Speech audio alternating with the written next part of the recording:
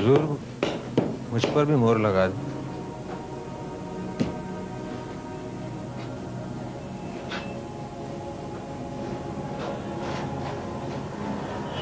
जिस लिफाफे पर पता ही दर्ज नहीं, उस पर क्या मोहर लगाए, कहां भेजें उसे?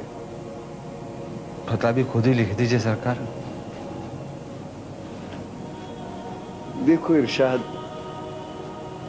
कहना आसान, करना मुश्किल।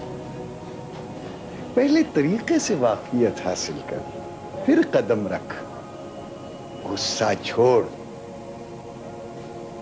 तकब्बुर खत्म कर, हुक्म हुकूमत पर कलम फेर।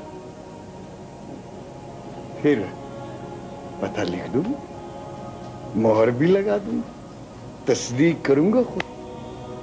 कैसे कैसे, तरीका भी तो बता दे। दुई छोड़ दे, दो रास्तों पर कदम न रख। रास्ता एक ही भला भाई। बदगुमानी छोड़, दुबदा से निकल। आप निकाल दें सरकार। ना, फैसला तेरा अपना होगा, पता हम लिख देंगे। तूने तो अपने लिफाफे पर इतना कुछ लिख रखा है कि कोई जगह ही नहीं। सरनामा कहां लिखे, मोहर कहां लगावें?